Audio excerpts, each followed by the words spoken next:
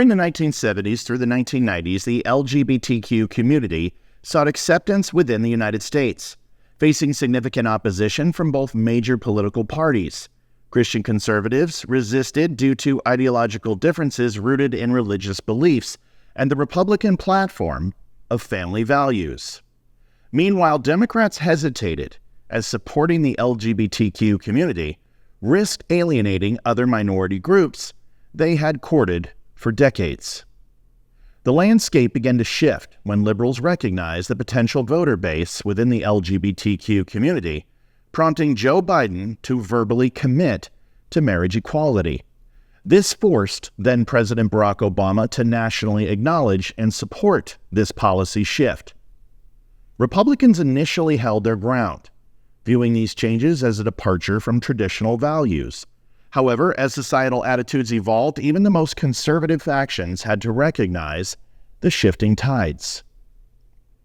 The LGBTQ movement gained recognition and began to receive special considerations, such as hate crime laws spurred by the Matthew Shepard case, exemptions to business and discrimination laws, acceptance in school systems, and marriage and adoption rights.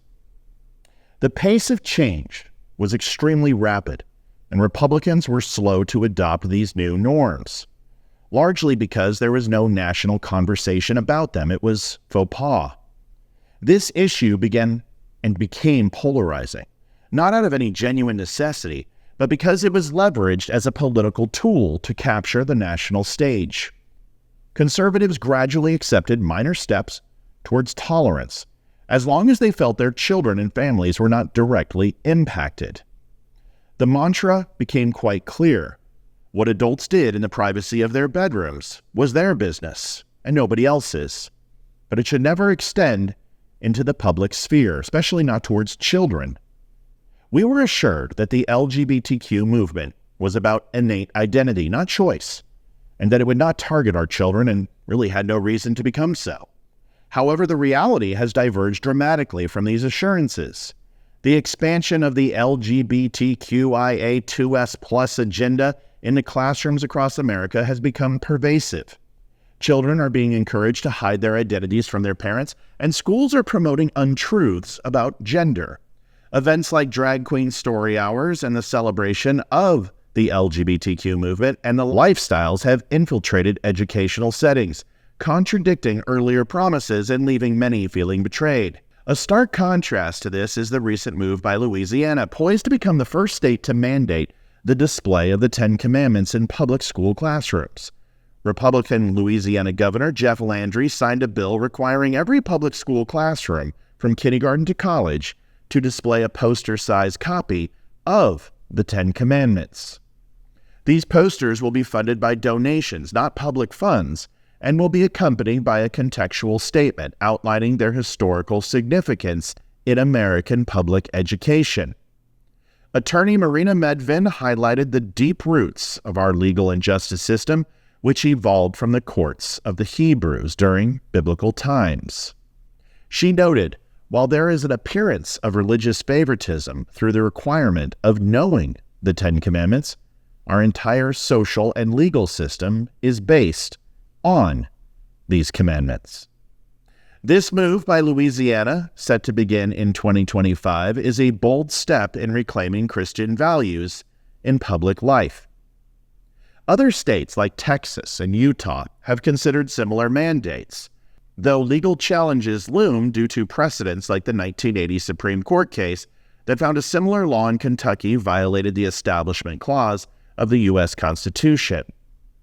Despite potential legal hurdles, Louisiana's decision represents a growing desire among Christians to reassert their values and reclaim their cultural heritage. Now, just to be very clear, I believe the separation of church and state is actually a good thing. It is a parent's responsibility and that of the community to bring the Word of God to our children, not teachers.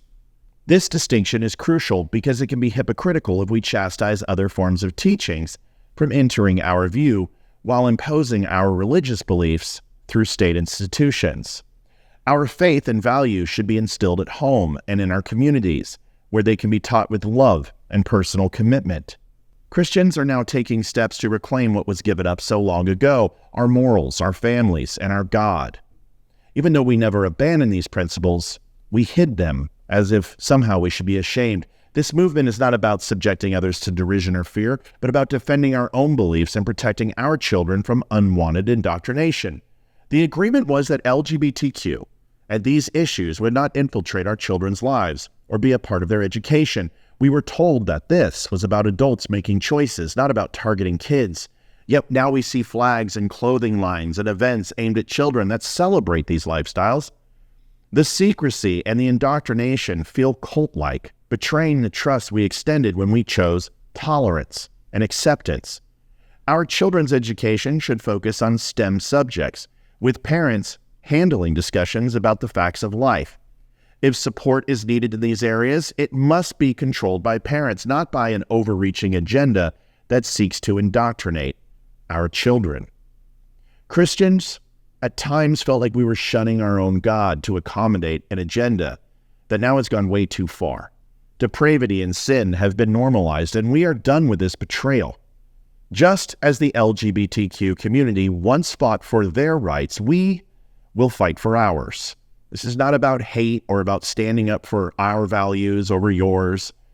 It's about protecting our children. It's a call to action for Christians to reclaim their cultural and moral heritage and to stand firm against an agenda that has overstepped its bounds. In other words, game on. Folks, my name is Matthew Spear. I'm the host of Don't Unfriend Me. Thank you for watching. We'll be on live tonight at 7 o'clock, and you can find more at thedumshow.com. Thanks for watching, and we'll see you then. Adjusting transmitter output. This is the Don't Unfriend Me Show with your hosts, Matt, Leroy, Amy, Olivia, and Mike. Geopolitics, military analysis, and election coverage. Coming to you live on the Spreely.tv network and all major social media channels at The DUM Show. Honest, direct, unfiltered. We can agree, we can disagree. Just don't unfriend me.